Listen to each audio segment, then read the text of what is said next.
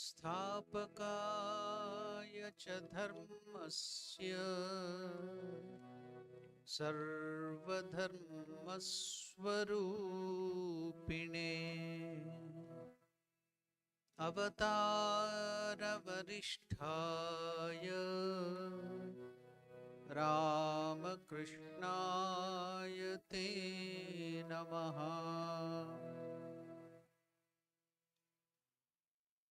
Welcome to the study of Durga Saptashati or Devi Mahatmyam or Chandi.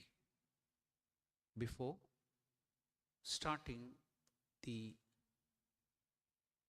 chanting and the meaning of the Durga Saptashati in the first chapter, we shall chant the meditation on Mahakali, that is Mahakali Dhyanam, which is the presiding deity. Mahakali is the presiding deity of the first chapter, Prathama Adhyayah. So we shall chant the verse on the meditation on Mahakali, Mahakali Dhyanam. You can repeat this verse after me.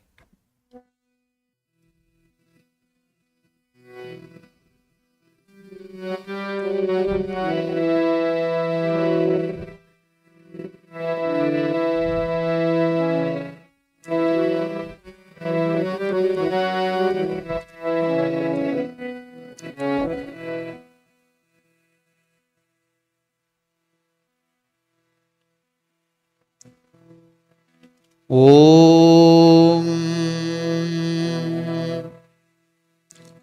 Khadgam Chakragadeshu Chapa Parighan. Om Khadgam Chakragadeshu Chapa Parighan. Shulam Bhushundim Shiraha. Shulam Bhushundim Shiraha. Shankham Sandhadatim Karaistridayanam. Shankham Sandhadatim Karaistridayanam. Sarvanga Bhusha Vritam. Sarvanga Bhusha Vritam. Yam Hantum Madhukaitavau Jalajabhustustava Supte Harau. Yam Hantum Madhukaitavau Jalajabhustustava Supte Harau. Nilashmadhyutimasya Padadashakam. Nilashmadhyutimasya Padadashakam. Seve Mahakalikam. Seve Mahakalikam.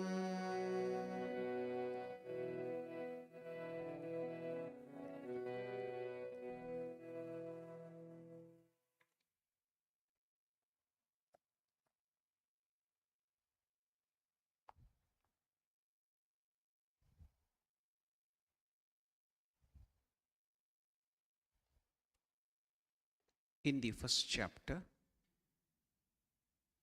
we were learning to chant the 18th, 19th, 20th, 21st, 22nd verses. So it is in the page number 7th. Last time we had learnt up to the 17th verse in the page 6th, Devi Mahatmyam, Prathamodhyayah, first chapter.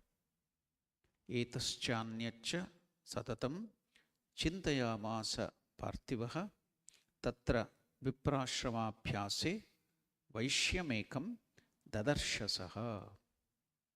So here he saw the king who had come to the ashrama of Sumedhasa Rishi.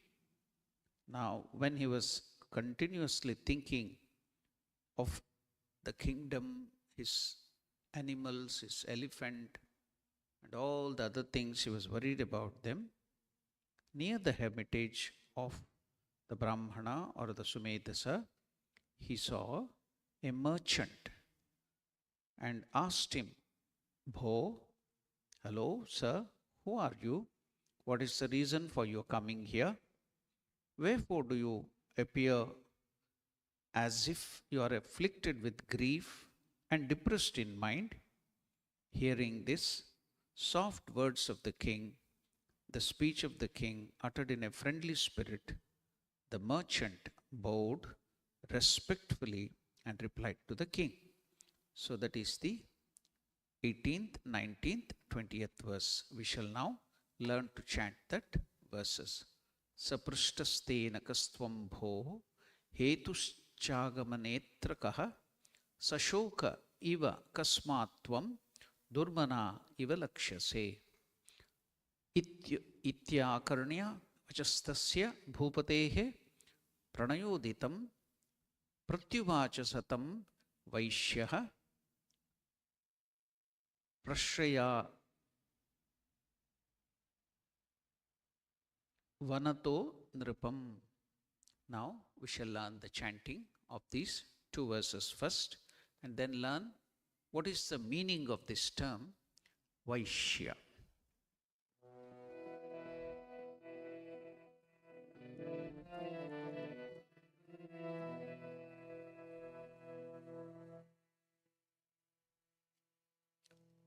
Saprushtastena kastvam bho Saprushtastena kastvam bho hetuschagamanetrakaha hetuschagamanetrakaha sashoka iva kasmatvam sashoka iva kasmatvam durmana iva lakshyase durmana iva lakshyase ityakarnya vachastasya ityakarnya vachastasya bhupate pranayoditam bhupate pranayoditam pratyuvacha satam vaishyaha pratyuvacha satam vaishyaha prashraya vanato nripam prashraya vanato nripam. Now, in these two verses, we can see the king was continuously thinking about his kingdom, the way it is being now ruled by those bad rulers who had occupied the invaders. What are they doing? How are they spending my treasury? Are they spendthrift and squandering all my funds which I had collected in the form of tax, and I had built up such a beautiful kingdom? Now his own life is in peril, but he's worrying about the people somewhere far off. In spite of him coming to the wonderful place of the ashrama of the Sumedasa, where it was full of peace, the attachment which is there within all of us, which will make us to start thinking something else than what we are in that place. So, what is the reason? It is attachment, ragaha. That's why in the last class, I took up in detail about what is this ragaha or attachment, how does it come, what will it lead to? The attachment will lead to shokaha, that is sorrow. And what will sorrow and attachment lead to? It will lead to mohaha. Moha means confusion, delusion.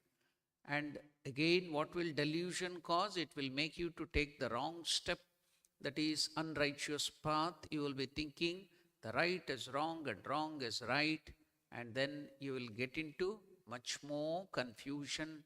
then because of confusion, more sorrow, you will get more attachment and the cycle goes on. That syndrome, I told, group of diseases together is called syndrome. So that is the cause of all the sorrows. Now, this king is thinking about his elephant. He has lost his kingdom. The invaders have chased him away, and now he cannot stay in his palace. Everything has been occupied.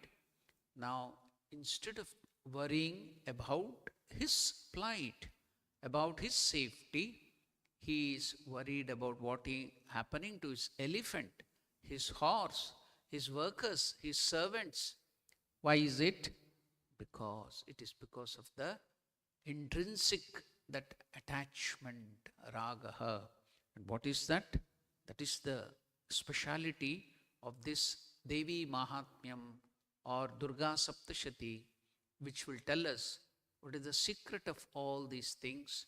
So that Mahamaya will make our mind now confused to us to stay in this world. That is Maya. I will also take up something about Maya. Swami Vivekananda explains in great details about this Maya. Let us go to study about that.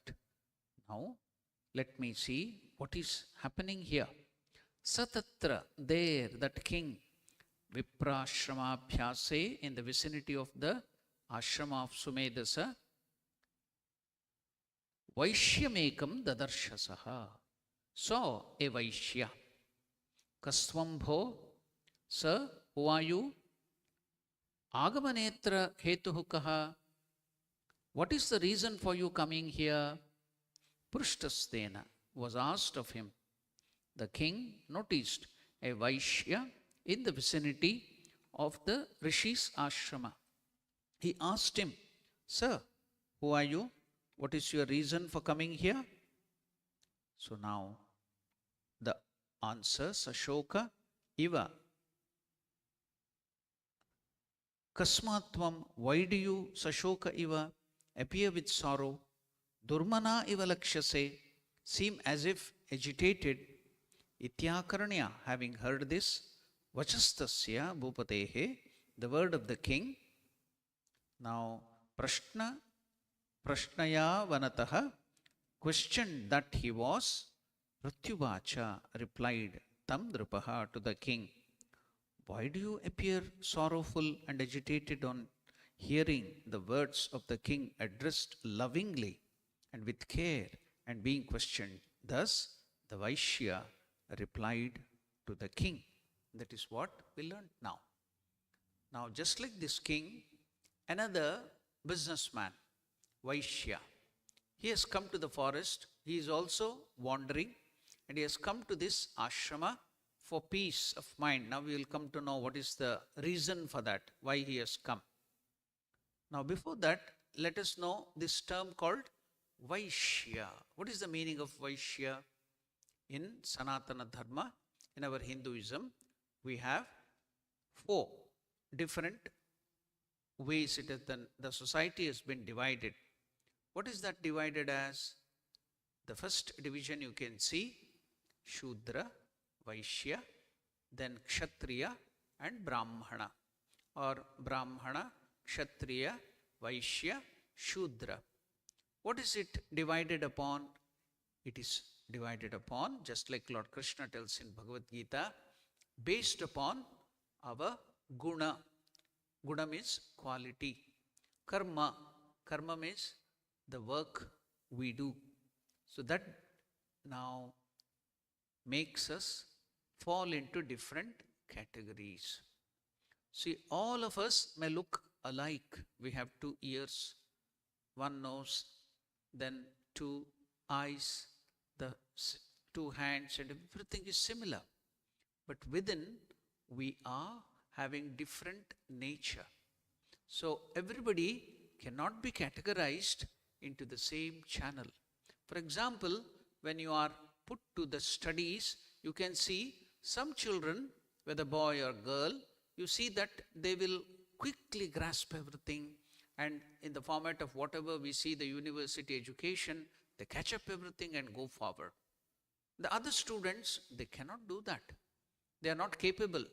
So now the teacher has to give special importance to those students who cannot learn quickly. And some children are there, they have some deficiency.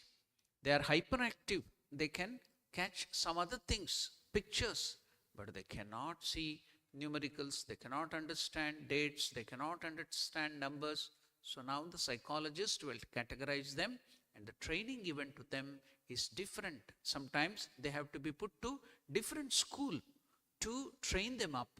So likewise you can see in the ordinary plane, at the kindergarten level, at the primary level, you can find so many different groups, and the psychologists and the psychiatrists and the teachers, the education system have to give different type of teaching, education to these children.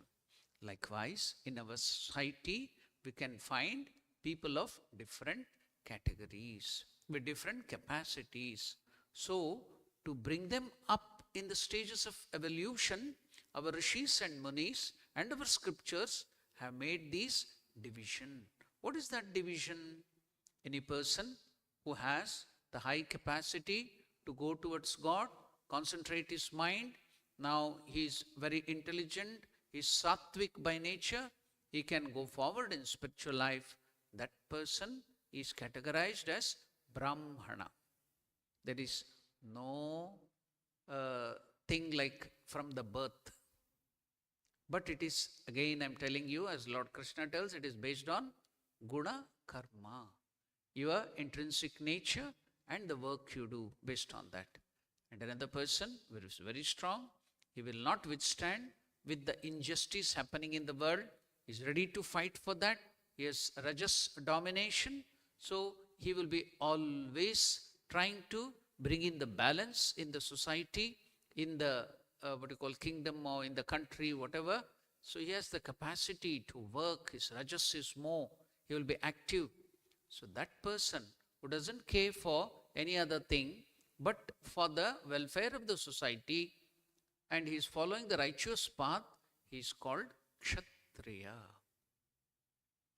So they are the warrior class who will be there taking up the arms to protect justice, dharma in the society, righteousness in the society.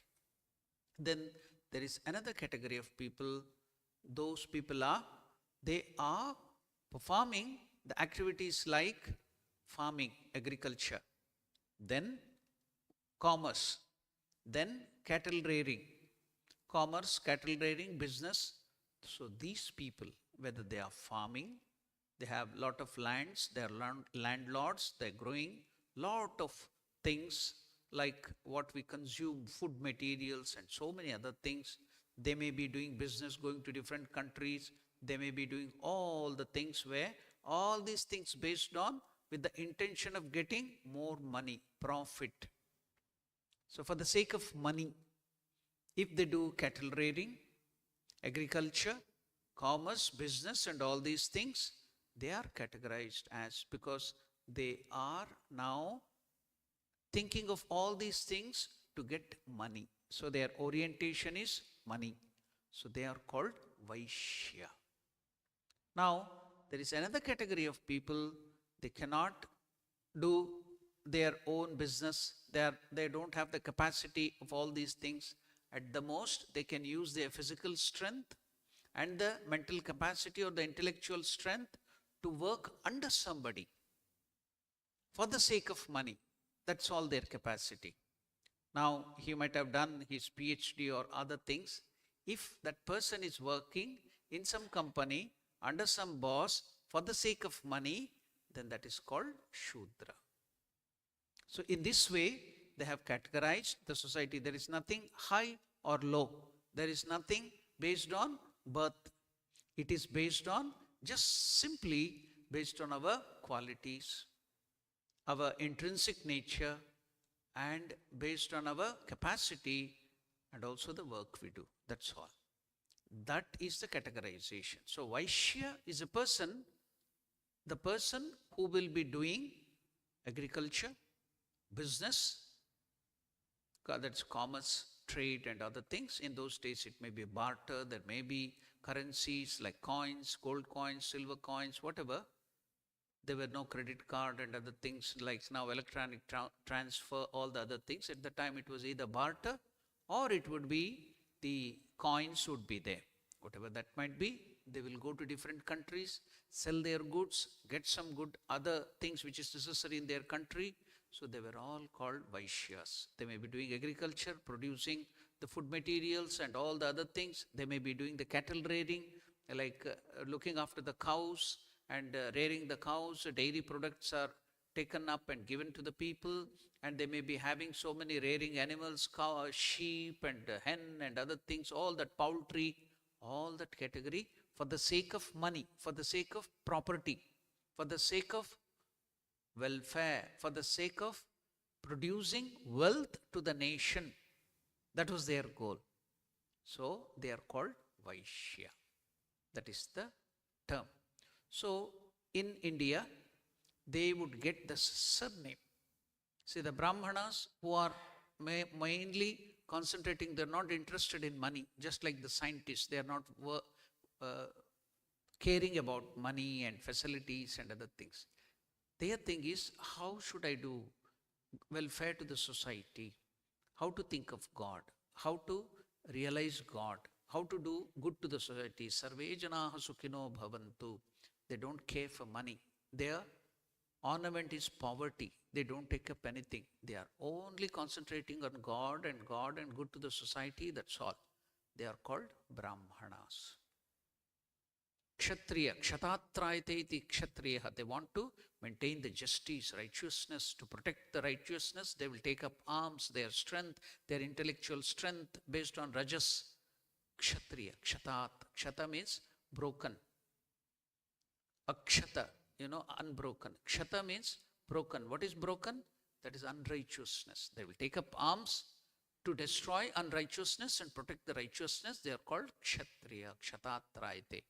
So Vaishyas are the one who produce wealth for their own profit and to the profit of the country or the nation or the society. They are the one who producing food materials, wealth and everything. They are called Vaishyas. The other people, the labor people who will be, they may be highly educated, they may have high qualities, but if they work under somebody for the sake of money, they are called Shudra. That is the categorization. Now, the surname, Brahmanas would get Sharma. Then the surname of the Kshatriyas would be Varma. And what about the Vaishyas? The surname would be Gupta, or it would be Shreshti. Why Shreshti? Shreshti means a good person, because they are the one, those who are producing wealth to the society. That's why the Vaishyas were called as Shreshti. Shreshta means the best. See, even the Brahmana is not called the best. The Kshatriya are also not called the best, because the Brahmanas are also looked after by the Vaishyas, the businessmen and all these people, those who are thinking of God, going towards God. They are maintained by Vaishyas. The country, the wealth is maintained by Vaishyas. The laborers are maintained by Vaishyas. They are giving them work and other things. So they were called Shreshti. So the surname would be Shreshti. So from that word, it has become Apabhramsha in Sanskrit. They couldn't pronounce it properly. Later on, it went to the mouth of the uneducated villages. It became Setu, Setji in North India. The same thing, Apabhramsha, came down to South India. It became Setti in Andhra Pradesh, Chatti in Tamil Nadu, Shetty in Karnataka. In South India, it became the same word, Shreshti. They couldn't pronounce it. It became Chatti, Shetty, all those things. In North India, it was Shreshti. So they are called Vaishyas. So that's why I gave the explanation. What is that? It is not by birth. It is by the work you do and the quality. It is called Vaishya. Now, here, was there any restriction that these people should not think of God, they should not restrict God? No. In the society, liberty was given in the Sanatana Dharma. For all these four classes, a group of people, you could realize God, go towards God. Nobody was obstructed. There was freedom. So to realize God, whatever. So now, with this background, we will try to learn some more things based on the quality. Like, see, this whole universe is made out of three qualities: sattva, rajas, and tamas. So I'll give you a graph, the mathematical way or the arithmetic way of understanding what is this Brahmana, Kshatriya, Vaishya, Shudra. In the next class, I will not go to that now, because let us now focus on these things. So now I have given you just a basic idea of what is Vaishya. Now we will go forward to learn the next verses.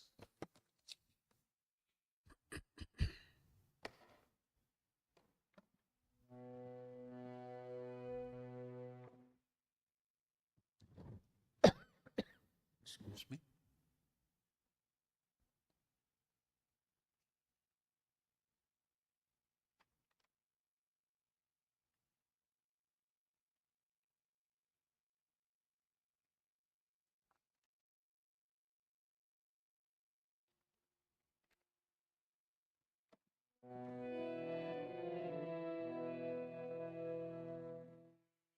The 20th verse is termed as Vaishya Uvacha. Now, when the king questioned him, "Who are you? Why did you come to the ashram in the forest here?" To that, Vaishya replied. So, Vaishya Uvacha means Vaishya, that businessman, said.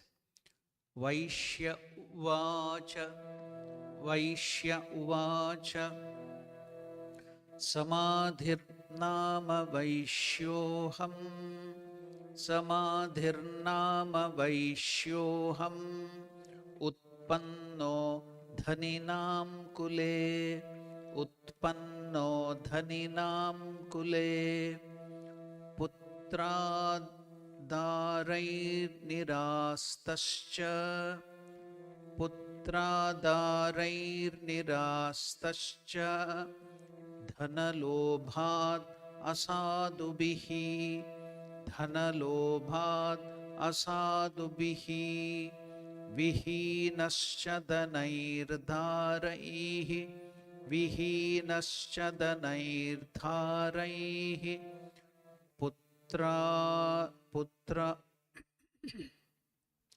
Putrairadaya me dhanam, Putrairadaya me dhanam, Vanamabhyagato dhukki, Vanamabhyagato dhukki, Nirastaschapta bandhubihi, Nirastaschapta bandhubihi. Now, the simple meaning of these two verses, the 21st and the 22nd verse is, the merchant Vaishya said, "I am a merchant named Samadhi." The name is Samadhi. I am born in a very wealthy family. Now I have been cast out by my own children, sons. Not only that, even by my wife, who are wicked. Through greed of wealth, my wife and sons have misappropriated my riches and made me devoid of wealth, cast out by my trusted kinsmen, my own relatives, my own children, my own wives. I have come to the forest grief-stricken. Dwelling here, I do not know anything as regards good or bad of my sons, the children, the kinsmen, and wife. At present, is welfare or ill luck theirs at home? How are they? Are my sons living good or evil lives? See the peculiarity. He's telling he was born to a rich family. He's a very rich man, a merchant, but his own children, his sons, and his own wife have deceived him. They have misappropriated his money, wealth, and everything and put him out of the house. So he doesn't have wife, he doesn't have children now, because he has been pushed out of the house and beaten. He has come out now to the forest, saving his life. So while coming with this very disturbed state of mind, He came to the ashram now and is wondering, in spite of he being deceived, deserted by his own children, by his own kinsmen, but yet he's thinking, what might be the condition of my children? What is happening to my son? What is happening to the wife? What is happening to the wealth? See, the Maya, Mahamaya. He has been deceived, beaten. He has been troubled, but yet he's thinking of the welfare of them. He doesn't know what is happening. Now he's sharing his thought, just like the king was also troubled like that. Now this merchant, Vaishya, is also troubled in this manner. He's now asking, why? Why is my mind thinking of them? Why am I still so concerned and attached to those people, even though they have deceived me? They have troubled me. Why? Why is this mind going on? Now with this question, they will go to the Rishi, the Guru, Samadhi, and then ask him, why is our mind traumatized by this? What is happening? Why are we still not giving up these people, though they have deceived us, troubled us? Now we shall go take the help of Swami Vivekananda and see what is happening. Swami Vivekananda, in his great work, the complete works of Swami Vivekananda, there is one chapter called Gnana Yoga, the yoga of knowledge. In that, the chapter is Maya and illusion. There, he gives beautiful description about this Maya or attachment. What is that? Then there is the tremendous fact of death. The whole world is going towards death. Everything dies. All our progress, our vanities, our reforms, our luxuries, our wealth, our knowledge have that one end, death. That is all that is certain. Everything in this world may be uncertain, but death is certain to everyone. Cities come and go. Empires rise and fall. Planets break into pieces and crumble into dust, to be blown about by the atmosphere of other planets. Thus, it has been going on from time without beginning. Death is the end of everything. Death is the end of life, of beauty, of wealth, of power, of virtue too. Saints die and sinners die. Kings die and beggars die. They are all going to death. And yet, this tremendous clinging on to the life exists. Somehow, we do not know why we cling to life. We cannot give it up. And this is Maya. Now, he goes now to this problem here, relatives, kith and kin. Swami Vivekananda takes up, now we are seeing what is happening to this king, Suratha, and Samadhi, the Vaishya. So they are now troubled by his own people, deceived by his own people, but they cannot give up. Now Vivekananda, taking the example, one example, it is just an example. We should not take that literally, it's just an example. And what is that? The mother is nursing a child with great care. All her soul, her life is in that child. The child grows, becomes a man, and perchance becomes a blackguard and a brute. Kicks her and beats her every day. And yet the mother clings to that child. And when her reason awakens, she cannot give it up. She understands all that thing. Her reasons has awakened. She covers it up with the idea of love, telling that it is love. She little thinks that it is not love, that it is something which has got hold of her nerves, which she cannot shake off. However, she may try, she cannot shake off the bondage she is in, and this is Maya. Now, that is, this whole universe is conjured up with Maya. We are helpless. We are just pawns here, puppets here, going on. That's why when we pray to the Divine Mother, then that bondage will be broken. She is the one who is controlling everything. All the energies here is under her control. So that's why now we will understand little by little, the strength, the variety of the energies, forces of Mother. And by that we can understand where we are, what are our weaknesses. That's why see the Mahamaya. Maya, everything is Maya. So beautifully explained. I have seen with my own eyes a teacher who comes here, very good mother, but the child, while growing up, has become a drug addict. And now he beats the mother for money, but yet she cannot give up. She does the work, hard work, and is to pay for the drugs or the whatever this thing of the child. The child gets sometimes addicted to that. He wants the drugs and the money is not there. He beats the mother, but mother cannot give up. Maya. It's everything, everywhere you can see around you. But we cling on to the pleasures of the world. We cling on to life. We don't turn towards reality at all. We don't turn towards the real nature of ours, that is God. See, that is Maya. That is what, by studying Durga Saptashati, we get that beautiful idea by which we can come out of that.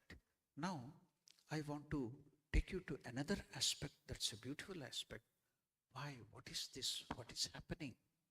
Now, in this Durga Saptashati, if we summarize, here, as the story runs, the two individuals, Suratha, a virtuous and able king who looked after his subjects with justice as his own children and had lost his empire in a battle with unrighteous, greedy kings and was robbed of his wealth and possession by his own evil-minded ministers. And that another person is Samadhi, who was honest, righteous, guiltless, wealthy merchant who had been thrown away from his own home by his own wicked sons and wife out of greed for wealth. Both, without finding any place anywhere, had fled away to the forest. They happened to reach the hermitage of sage Medhas Sumedha. Despite of the peace, bliss and beauty-filled atmosphere of the hermitage, their mind was creating havoc within, owing to the deep attachment to their people and possessions which they have been deprived of. A person got disturbed. He fought in the house, and because of the fighting with his wife and children, we got little vairagya. He told, I will give up everything. I'll go away to Himalayas for tapasya. He went there. After some days, then he started writing. I found a very good job here. Come, wife, come, we'll settle here and we will lead a life here. So, he went to Himalayas to do tapasya, but internal attachment. Now he found a job. Instead of doing tapasya and thinking of God, he found a job and called back the wife there to lead another samsaric life and children. So, Master explains that in the Gospel. Now that is Mahamaya. Despite the peace, bliss and beauty-filled atmosphere of the hermitage, their minds were creating havoc within. Why? You may run away to Drakensberg, you may run away to some other place, but wherever you go, you carry your mind. All the disturbances of your mind is within, and if can you give up your mind somewhere here, keep it here and go there? No, for short time, the mind will be quiet. And after some time, it will start its own true nature. And what is that? Despite the peace, bliss and beauty-filled atmosphere of the hermitage, their minds were creating havoc within, owing to the deep attachment to their people and possessions which they have been deprived of. They were surprised about the cause for such an attachment for those ungrateful people. who do not want them, and the ephemeral worldly belongings which no more belongs to them. So they were confused. Why is this attachment to them? They together now approached the sage Medas to find out the cause and solution for their reasonless, unfair state of mind. Now, notice here, what we need to note here is that both the individuals live a very righteous, flawless life in accordance with dharma. That is, law of nature and law of the land. Yet, why did such a calamity come to their life? See, this question will come to all of us. Because you will be leading a very good life. You will not trouble others. You will be doing the hard work, earning good and looking after your children, doing all this thing. But why calamity comes? Why is this, even though we are leading a righteous life, why is it happening? Yet why did such a calamity come to their life? When a person lives a perfect dharmic life without any expectation, now what happens is the mother nature, Prakriti, who constantly seeks evolution of the living beings. You know, how I can give you the example. Now suppose you are in the primary school, maybe 4th grade or 5th grade. You started developing attachment to your friends, to the teacher, to the classroom. Now you don't want to give up them. Now, because of your attachment to that 5th grade, let us hope, now you don't want to give up and go to the 6th grade. In the stages of evolution, you don't want to go to the 6th grade. Why? You are attached to the 5th grade teacher, you are attached to the 5th grade school, friends, and all that thing, the building. Now, you don't want to give up. Now comes the examination. What is the nation which is most hated by the student? The question was asked. What is the nation, the country or the nation which is most hated by the student? The nation hated by the student is examination. So like that, now you can see that now comes the test, now comes the examination. All that you have studied, everything, you have to forget everything and go through that exam, the hard work. You have to give up everything, your friends, your luxuries, and then study for the examination. See, the difficulty has come. The teacher, the examiner will be there, he is your own teacher. Now, he knows that everything there, he will not help you. You are in difficulty now. You don't know the answer. You are in the examination, writing the examination. I have seen our own professor here in this thing. Now, that student asking, sir, I do not know this, please tell me. He will not tell. So is he cruel? No. He's not cruel. He is allowing you to get tested and see whether you pass in the examination or fail in the examination. Can you call the professor or the teacher who is examining you cruel? No. He has to do the test. Why? Because he has to lift you to the next stage of evolution. So, difficulty, tribulations will come in the life so that you can know where you are, and from there you can evolve yourself to the next stage. So now you can understand why people of righteousness, people who are following the good things and everything, why do they get difficulty? Because Mother Nature wants you to evolve, go up to the next stage. So all these difficulties will help us to become strong and then arouse us to that higher stage. That is the reason. Now, the Mother Nature, who constantly seeks evolution of the living beings, has to raise the soul to higher state and stages of evolution. But every living being, every object of the universe bears inertia. What is that? We don't want to go forward. We are happy with whatever we are. We don't want to give up this state. So a state of inertia comes to us.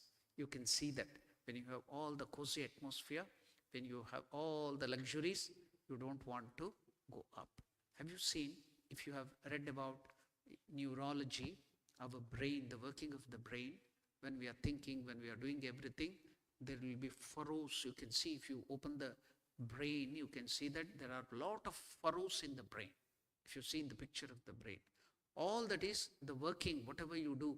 So the furrows become deeper and deeper wherever you are thinking, wherever you are working every day. Now, the brain will resist if you want to learn new language, new work, new thing to take up. It doesn't want. It wants to go in the same old fashion. It wants inertia. It doesn't want anything new. So that's why, see, you can see as you grow old, that is also one of the cause of this dementia and Alzheimer's. So if you are always doing something new, puzzles, then if you are solving the quiz, you are solving mathematical problems, if you are learning new languages, something new, then that will stop, prevent Alzheimer's and dementia and other things. Why? We are always into a state of some sort of inertia. We don't want to go forward. We want to stay there in that cozy atmosphere, everything. Yes, we are righteous, we are very good, but we don't want to evolve. You can see your own house, your own life, you can see. We want to stay there as it is, inertia. So now comes all these difficulties to bring you out of inertia. Every living being, every object of the universe, not only living beings, even the other dead things or the insentient things too, whether you take the molecules, whether you take the atom, whether you take even any insentient things, they want to be in that state of inertia, equilibrium. It's called equilibrium. They don't want something change. Everything want to stay in that inertia, whether living being, non-living beings. Every living being, every object of the universe bears inertia, a resistance to move away from the comfort zone. He or she or it has acquired a comfort zone. We don't want to move out of that. Then it becomes inevitable that the entire being, from its core to skin, has to be shaken up and triggered forth. And Mother Nature provides such calamities, difficulties out of love, concern, and compassion for the soul to wake up from stupor and the soul from its slumber. Now you can understand why we get challenges, why we get difficulties in life. So if you are constantly evolving, not staying in the comfort zone, you are evolving, then difficulties will not come to you.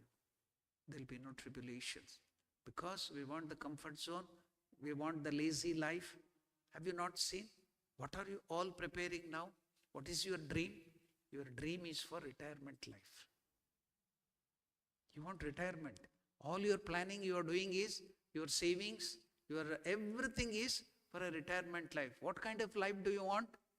Sit on the chair, an easy chair, watch the TV, be sipping a cup of tea and eating popcorn or something, watching some movies, watching some, Netflix or something other things, watching some,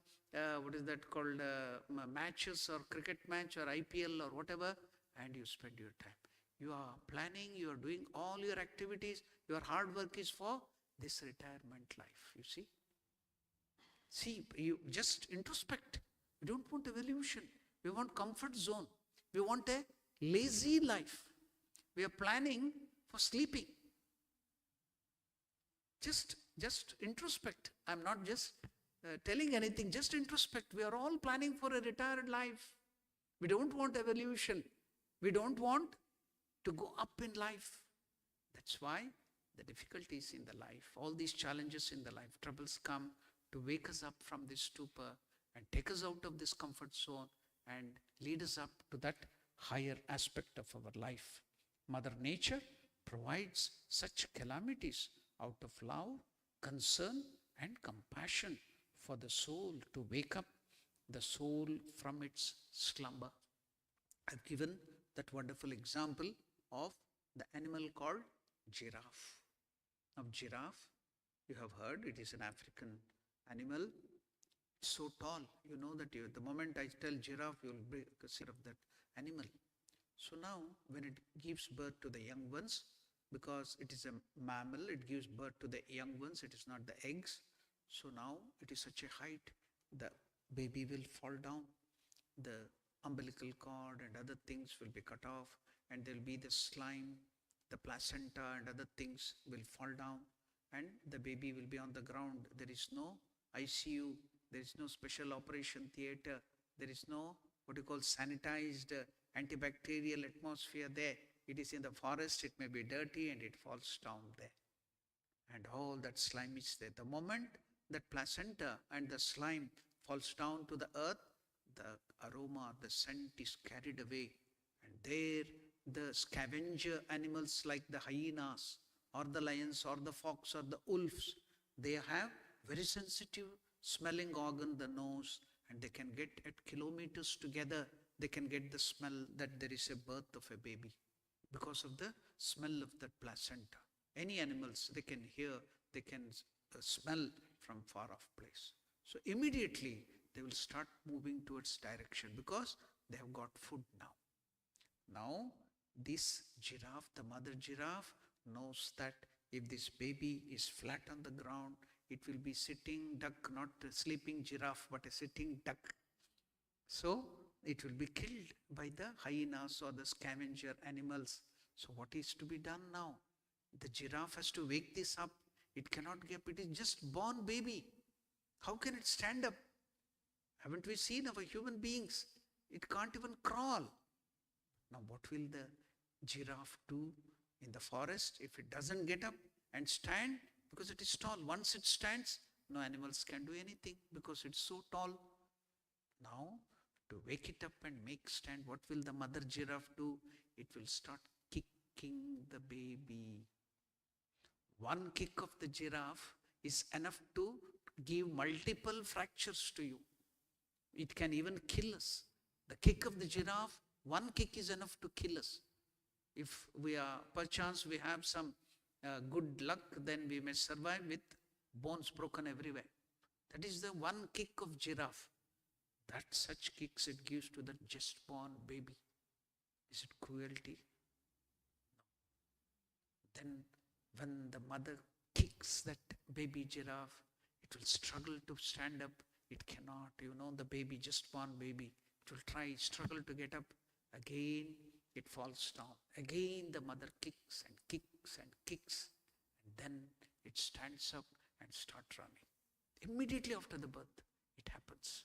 So now, if the mother doesn't kick, if it doesn't, the challenges do not come, you will be killed by the predators. That's why in our life too, the mother nature will bring us these challenges to make us strong. Otherwise, we will go down, slump down in the stages of evolution. To wake us up, to rise, take us up, all these difficulties, small difficulties will come to you in life.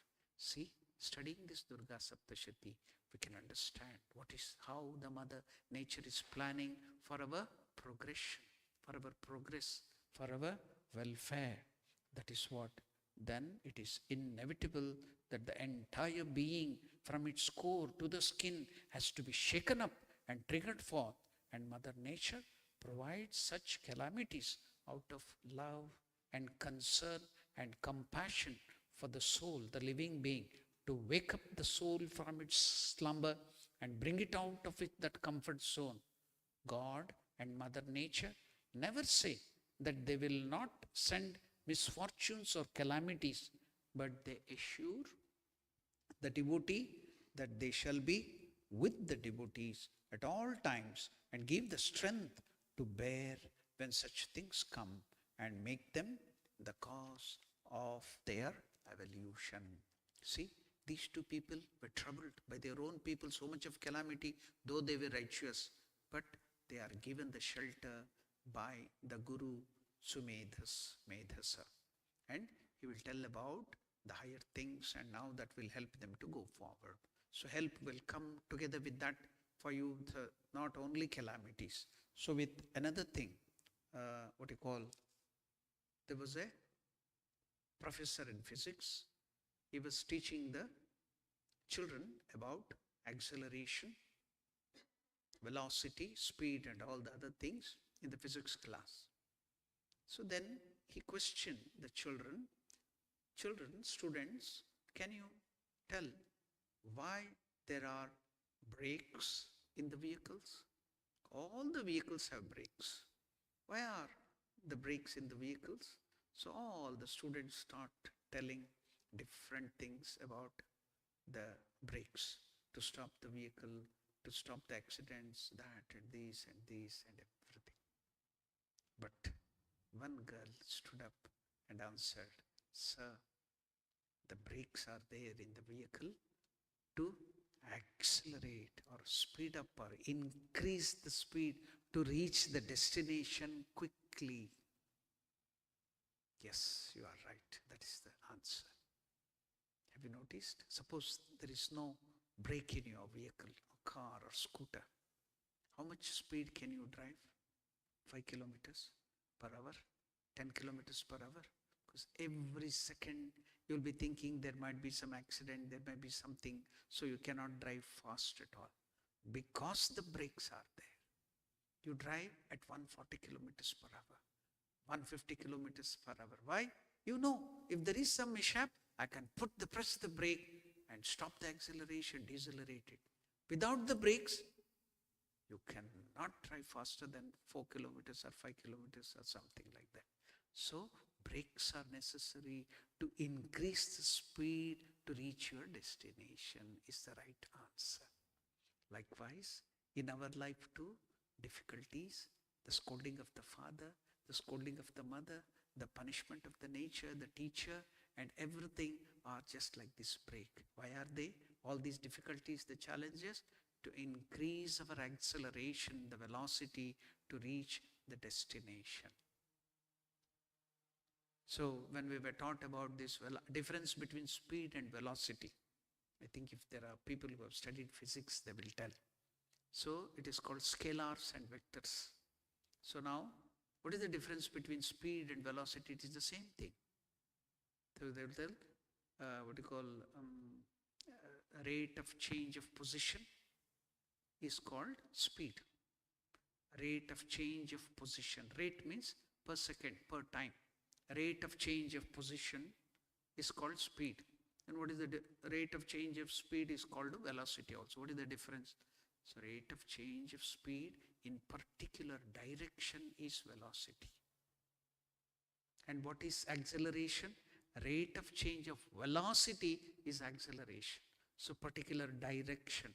So when we are going in the direction, realizing of our true nature or the higher realization of God, then breaks and difficulties are necessary to increase the speed to reach the destination. So if difficulties come, nothing to worry. God is there, Guru is there to help you to come out of that. Why? All the difficulties, all the scoldings, all the this thing of the mother and the father and the Guru and the teacher is not to trouble you, is not to punish you, but to take you faster to your goal and destination. See how much this thing will get the knowledge by studying all these scriptures. Isn't it so wonderful? So with this wonderful knowledge of the Durga Saptashati, we will think of one of the stotras of Mother and then stop our meditation on Durga Saptashati.